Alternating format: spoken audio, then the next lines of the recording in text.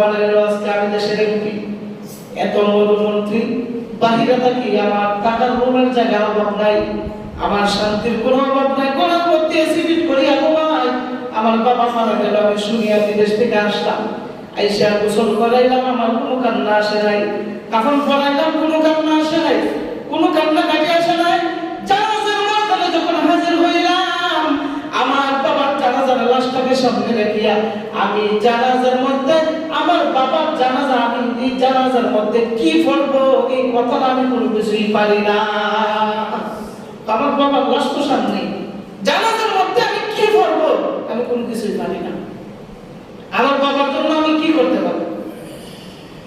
আলেম হইলাম না, জানাজা পড়াইতে পারলাম না, হুজুর দিয়ে জানাজা পড়াবো, কিন্তু আমি তো তার সন্তান, তার লাশটাকে সামনে রাখিয়া আমি জানাজা পড়বো, জানাজার মধ্যে কি বলবো এই কথাটা আমাকে শিক্ষা করে নাই। আমার বাবা তো আমাকে বাংলাদেশের উচ্চতর শিক্ষায় শিক্ষিত করলো, কিন্তু আফসোস আখিরাতের ময়দানে যাওয়ার জন্য, প্রস্তুতি নেওয়ার জন্য কি করতে হয় এই কথাটা আমার বাবা আমাকে শিক্ষা দেয়া যায় না, এই বাবা আমাকে শিক্ষা দেয়া যায় না। এই জন্য আমি আমার বাবার লাশটা সামনে রাখা আমি কোনো কিছু বলতে পারতেছি না, এই দুঃখে আমি কান্না করতেছি। এই জন্য সন্তানকে যদি ছোট থাকতে আপনি যদি দ্বীনে ইলম শিক্ষা করে দেন, অন্ততপক্ষে আপনার সন্তানটা যদি আলেম নেওয়া হয়, মাদ্রাসা যদি 5 বছর পড়ান, তো আপনার সন্তানটা জানাজার মধ্যে দাঁড়াইলে কি পড়বে না পড়বে অন্ততপক্ষে এইটা শিক্ষা করতে পারবে। এই জন্য দ্বীনে ইলম তলব করা প্রত্যেক মুসলমানের উপর ফরজ। এতটুকু যতটুকু শিক্ষা করবে সে হালাল হারাম জায়েজ নাজায়েজ, নামাজের রুকু, নামাজের তাসবিহাত এগুলো সব জানতে পারে, নামাজ পড়তে পারে, পড়াইতে পারে, এতটুকু যোগ্যতা নিয়ে সে চলতে পারে, এতটুকু ইলম শিক্ষা করা প্রত্যেক মুসলমানের উপর ফরজ। কিন্তু আমরা এই ফরজ থেকে ডিলেট হয়ে যাচ্ছি। সকালবেলা উঠেই আমাদের ছেলে সন্তানদেরকে ব্রাকে নিয়ে ঢুকে দিতেছি, নিজের সাথে করে নিয়ে ব্রাকে চলে যেতেছি, অথচ আমার সন্তানটা এই ছোট্ট বয়সে তার পড়ার দরকার ছিল মক্তবে আয়েশা সে কালিমা কালাম সব কিছু শিখবে, কোরআন শিখবে, কোরআন তেলাওয়াত করবে। অন্ততপক্ষে আপনি মারা যাওয়ার পরে জানাজা না পড়াইতে পারলেও লাশটাকে পাশে বসিয়া কোরআন হাতের মধ্যে নিয়ে তেলাওয়াত করতে পারবে। এই জন্যই প্রাথমিক শিক্ষা মক্তবে শিক্ষা দিতে হয়, মক্তবে শিক্ষা দিতে হয় আপনার ছেলে সন্তানকে। আর না হয় আপনার সন্তান বড় হইয়া জীবনে আপনার হক আদায় করবেন, আপনি তো হক আদায় করেনই নাই, আপনার সন্তানও বড় হয়ে আপনার হক আদায় করবে না। এই জন্য ইসলামের পাহারাদার হলো উলামায়ে কেরাম। এই উলামায়ে কেরাম এই দ্বীনে ইলম তলব করে দেয় মানুষকে, ছোট ছোট বাচ্চাদেরকে বড় বড় আলেম বানায় দেয়। এই উলামায়ে কেরামের শান অনেক বড় বেশি, হাজার হাজার আবেদ মিলিয়া একজন আলেমের সমতুল্য হওয়া সম্ভব নয়। 100 জন আবেদকে ধোঁকা দেওয়া শয়তানের যতটুকু সহজ, তার চেয়ে আরো বেশি কঠিন একজন আলেমকে আল্লাহর রাস্তা থেকে সরায় আনা শয়তানের জন্য কঠিন। 100 জন আবেদকে ধোঁকা দেওয়া শয়তানের জন্য ব্যাপার না, কিন্তু একজন আলেমকে ধোঁকা দিয়া আল্লাহর রাস্তা থেকে সরায় দেওয়া এর জন্য আসমান জমিন পার্থক্য, আসমান জমিন পার্থক্য। এই জন্য দেখেন স্কুল কলেজ ইউনিভার্সিটির অনেক ছেলে সন্তানরা বদ হাসপাতালের মধ্যে, বদ আমলের মধ্যে লিপ্ত হয়ে যায়। এদের বদ আমলের সাথে লিপ্ত হওয়ার জন্য শয়তান এত মেহনত করা লাগে না, শয়তান এত মেহনত করা লাগে না। কারণ তার সামনে অল্পের 24 ঘন্টা মেয়ে ছেলেদের অবাধ চলাফেরা চলতেছে, ইচ্ছা করলে সে গুনার মধ্যে লিপ্ত হয়ে যেতে পারে। কিন্তু একটা মাদ্রাসার ছাত্র এত সহজে তাকে গুনার মধ্যে লিপ্ত করতে পারে না, কারণ সে যখন মাদ্রাসায় রওনা করে আল্লাহ নূরের ফেরেশতারা তার পায়ের নিচে নূরের ফল বিছায় দেন। সুবহানাল্লাহ, তাকে কিভাবে এই রাস্তা থেকে সরাবে? এই জন্যই স্কুল কলেজ ইউনিভার্সিটি যা কিছু আছে এইগুলো শিক্ষা হলো দুনিয়ার শিক্ষা। এগুলো কিসের শিক্ষা? দুনিয়ার শিক্ষা। আর মাদ্রাসা শিক্ষা হলো আখিরাতের শিক্ষা। সুবহানাল্লাহ, মাদ্রাসা শিক্ষা কিসের শিক্ষা? আখিরাতের শিক্ষা। দুনিয়া এবং আখিরাত উভয়টাই কাজে লাগে মাদ্রাসার শিক্ষা। এই জন্য আপনার সন্তানকে যদি আপনি আলেম বানাইতে পারেন, আপনার মর্যাদা আল্লাহ বাড়ায় দিবেন। সুবহানাল্লাহ। আবেদ ব্যক্তি যারা আছে, সে যদি একটা গুনাহ কাজ করে অথবা গুনাহ কাজে লিপ্ত হয়, হওয়ার আগে সে কখনো সে এটা যাচাই বাছাই করতে পারবে না, কারণ তার কাছে ইলম নাই, তার কাছে আলেমের ইলম নাই। ইলম না থাকার কারণে ওই আলেম ব্যক্তি ওটা যাচাই বাছাই করে না, না করার কারণে সে গুনাহ কইলে এরপর আল্লাহর কাছে তওবা করে। আর আলেম ব্যক্তি যখন গুনাহের কাছে যখন লিপ্ত হয়ে যায়, তখন যাওয়ার আগে চিন্তা করবে, ওই জায়গাটার মধ্যে যাওয়ার আগে চিন্তা করতে বলবে, এই জায়গায় যে আমি যাবো, এটা কি আমার জন্য শুভনীয় কাজ হবে কিনা, আল্লাহর রাসূলের হাদিস মোতাবেক হয় কিনা, আল্লাহর কোরআনের বিধান মতো হয় কিনা, ওইটা অন্তত আমাকে চিন্তা করবে। আল্লাহর এক আবেদ ব্যক্তি বড় একজন আল্লাহওয়ালা ছিলেন, যার ব্যাপারে আল্লাহর রাসূল সাল্লাল্লাহু আলাইহি ওয়াসাল্লাম হাদিসের মধ্যে বলেছেন, হযরত জুরাইজ অনেক বড় একজন আবেদ ব্যক্তি ছিলেন, অনেক বড় একজন আল্লাহওয়ালা ছিলেন, কিন্তু আবেগে পড়িয়া সে মায়ের বদুয়া লয়ে গেছে, বলেন নাউযুবিল্লাহ। অথচ সে এত বড় একজন আবেদ, এত বড় একজন আল্লাহওয়ালা, কারোর সাথে কোনোদিন কথা বলে না, সারা দিন রোজা রাখে, প্রত্যেকটা দিন রোজা রাখে, সারা রাত কোরআন তেলাওয়াত করে, ইবাদত করে, আল্লাহর তাসবিহ তাহলিল করে, কোরআন তেলাওয়াত করে, নামাজ জিকির আজকার যা কিছু আছে সব কিছু করে। ওই আবেদ জুরাইজ, হযরত জুরাইজ একদিন ঘরের মধ্যে নামাজরত অবস্থায় আছেন, নামাজরত অবস্থায় আছেন, তো উনি ওনার মা আসছে, আয়েশা বলতেছে, বাবা জুরাইজ তুমি দরজা খোলো, আমি তোমার মা, আমি একটু বেসরকারি করে আসছি, সমস্যা আছে, তুমি একটু কষ্ট করে আমার কথার জবাবটা দাও, তুমি দরজাটা খোলো।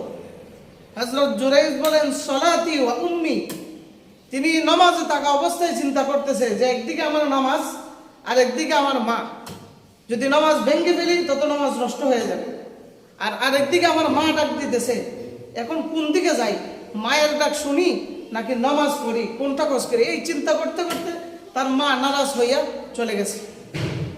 চলে যাওয়ার পর 2 দিন পর আবার আসছে, আয়েশা বলতেছে, হে জুরাইজ আমি তোমার মা, তুমি দরজাটা খোলো, আমি একটা বেসরকারি করে আসছি, তাড়াতাড়ি তুমি দরজাটা খোলো। ওই দিনও হযরত জুরাইজ নামাজরত অবস্থায় আছে, নামাজে থাকা অবস্থায় চিন্তা করতেছে, সলাতি ওয়া উম্মি, একদিকে আমার মা, মায়ের ডাক শুনবো নাকি নামাজ পড়বো, চিন্তা বিভ্র হয়ে গেছে। 3 নম্বর দিন আবার আসছে তার মা, আয়েশা বলতেছে, হে আমার ছেলে জুরাইজ, 2 দিন আসলাম তুমি দরজা খুললা না, অবশেষে 3 দিন আসলাম, তুমি দরজাটা খুলো, কইলা দেখো আমাকে আমি কি হালতে কি অবস্থায় আছি, আমার কথাটা তুমি শুনো। হযরত জুরাইজ ওই ডিপ্রেশনের মধ্যে পড়ে গেলেন যে নামাজ পড়বো নাকি মায়ের ডাক শুনবো, কোন খাতারে যাই। উনি এই চিন্তা করতে করতে মা নারাজ হয়ে গেছে, নাউযুবিল্লাহ বলেন। মা নারাজ হইয়া তখন বলতেছে, জুরাইজ প্রথম দিন আসলাম দরজা খুললা না, দ্বিতীয় দিন আসলাম দরজা খুললা না, তৃতীয় দিন আসলাম দরজা খুললা না, তুমি তো আমার মুখ দেখতে চাও না। ও জুরাইজ আল্লাহ যেন তোমাকে একজন বেশ্যা মহিলার মুখ দেখায়, বলেন নাউযুবিল্লাহ। হযরত জুরাইজ এই কথা শোনার সাথে সাথে নামাজের সালাম ফিরাইয়া উনি চিন্তায় বিভোর হয়ে গেলেন যে আমার মা প্রত্যেকদিন আয়েশা ডাকলেন, জুরাইজ তুমি দরজা খোলো, আমি দরজা খুললাম না, চিন্তায় বিভোর হয়ে গেলাম। দ্বিতীয় দিন আসলো, দরজা খুললাম না, তৃতীয় দিন আসলো, দরজা খুললাম না, তৃতীয় দিন মা আমাকে বদুয়া দিয়ে দিছে, অবশ্যই তো বদুয়া আমার পক্ষে লেগে যাবে। আল্লাহু আকবার। হযরত জুরাইজের মা যখন বদুয়া দিয়েছে, বদুয়া দেওয়ার সাথে সাথে ওই এলাকার মধ্যে 4 সন্তান পয়দা হয়েছে, বলেন নাউযুবিল্লাহ। 4 সন্তান পয়দা হয়েছে। পয়দা হওয়ার পর ওই মহিলাকে জিজ্ঞাসা করতেছে, মহিলা তোমার তো কোনো স্বামী নাই, তোমাকে কোনো বিবাহ দেওয়া হয় নাই, কিন্তু তোমার গর্ভে সন্তান কেমনে জন্ম হইল? তখন ওই মহিলা বলতেছে, আমার কোনো স্বামী নাই, কিন্তু আমার সাথে জিনার কাজ করেছে হযরত জুরাইজ, বলেন নাউযুবিল্লাহ। আসলে কিন্তু হযরত জুরাইজ তার সাথে জিনার কাজ করে নাই, ওই যে মা বদুয়া দিছে, বদুয়া দেওয়ার কারণে আল্লাহ ওই বদুয়াকে ঘুরাইয়া তার উপর ভাগাই দিয়েছে, বলেন নাউযুবিল্লাহ। কেন? মায়ের কথা না শোনার কারণে, মায়ের কথা না শোনার কারণে। এই জন্যই মা বাবা এমন এক বড় দৌলত, এমন এক বড় সম্পদ, যারা মা বাবার খেদমত করছে, যারা দোয়া পাইছে, তারা হারে হারে কার পাইছে। মা বাবা কার আছে দুনিয়াতে? হাত তুলেন তো দেখি। তার মা আছে অথবা বাবা আছে, অথবা মা বাবা দুইজনে আছে, হাত তুলেন তো দেখি। মাশাআল্লাহ। মধ্যে বেঁচে আছেন, আপনাদের মা বাবা দোয়ার বান্দার দুনিয়ার মধ্যে বেঁচে আছে।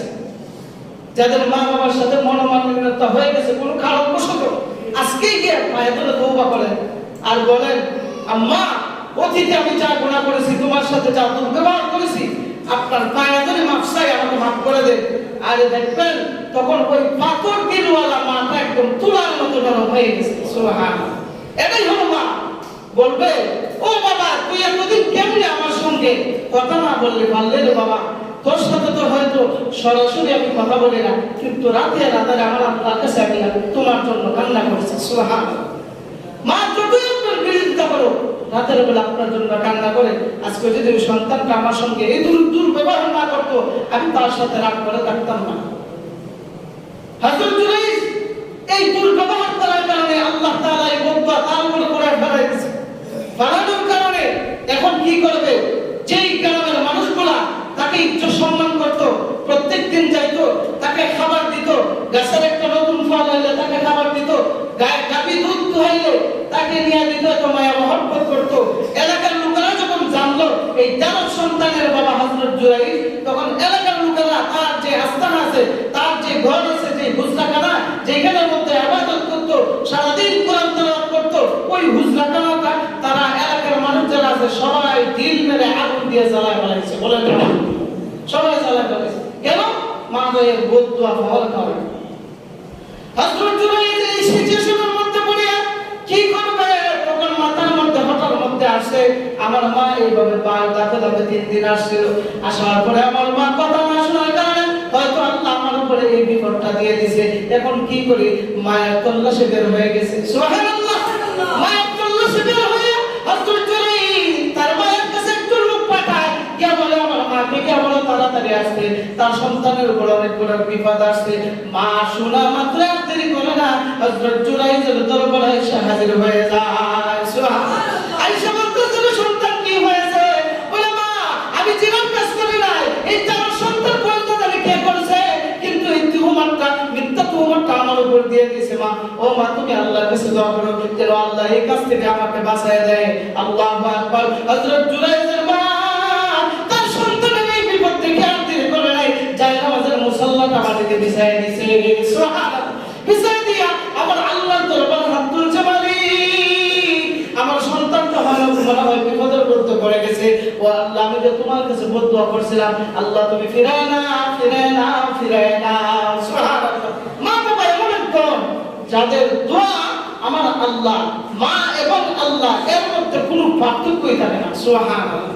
অর্থাৎ তারা নেক দোয়া করো অথবা বদদুয়া করো, দোয়া করার সাথে সাথে আল্লাহর দরবারে পৌঁছায়। সুবহানাল্লাহ। হযরত জুরাইজের মা যখন দোয়া করছে, দোয়া করার সাথে সাথে হযরত জুরাইজ বলতেছে, যে সন্তানটা দুনিয়াতে পয়দা হয়েছে এই সন্তানকে আমার দরবারে নিয়ে আসো। আল্লাহ তাআলা বুকের মধ্যে ইলহাম জারি করে দিলেন, জুরাইজ তুমি কোনো পাপ পাইও না, পাপ পাইও না।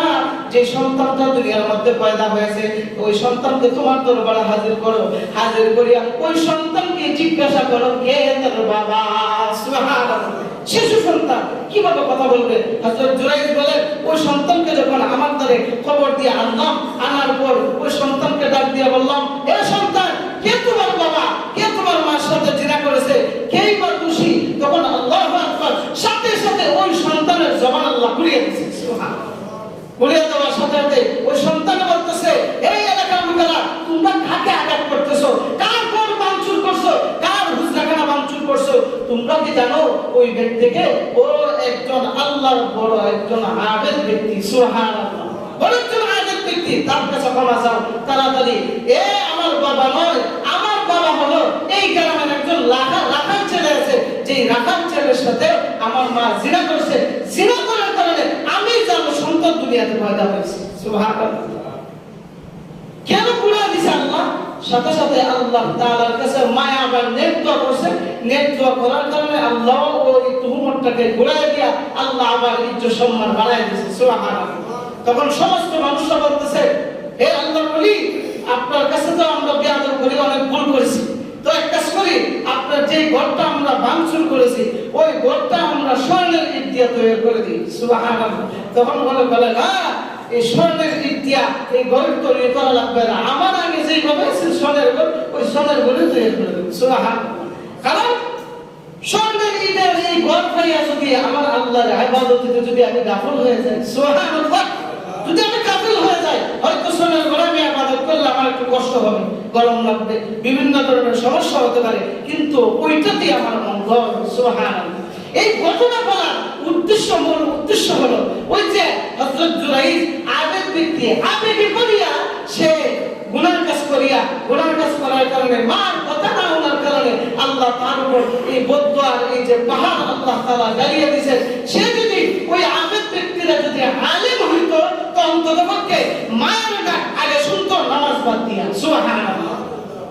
ফিকাহ কি বলে, আপনার মা যদি কোনো প্রয়োজনীয়তে ডাকার কারণে আপনি যদি নামাজে থাকেন, এমন এক সিচুয়েশনের মধ্যে পড়ছেন, আপনার মা ডাকতেছে, আপনার নামাজ বাদ দিয়ে আপনার মার ডাক শুনবেন। সুবহানাল্লাহ। আচ্ছা বলেন তো, আপনি নামাজে দাঁড়িয়ে আছেন, আপনার সামনে একটা ছোট্ট একটা বাচ্চা, সে পানিতে পড়ে যাইতেছে, এখন কি করবেন? বাচ্চাকে ধরবেন নাকি নামাজ পড়বেন? বলেন তো দেখি। বাচ্চাকে ধরবেন। আরে ভাই, বাচ্চাকে ধরলে তো বাচ্চারা বাঁচবে, আপনি নামাজ বাদ দিলে ওই নামাজ আবার পড়তে পারবেন, কিন্তু একজন মানুষের জীবন বাঁচবে না? জীবন তো বাঁচবে। তো হযরত জুরাইজ তার মা তো অনেক বড় একজন, যার মায়ের ভান্ডার করে, আল্লাহর মায়ের ভান্ডার করে সমস্ত মা বাবাদের মায়ের ভান্ডার বেশি। এই জন্য সন্তানের সামনে, আপনার সামনে যদি একটা সন্তান পানিতে পড়ে যায়, আগে সন্তানকে ধরবেন, এরপর নামাজ পড়বেন।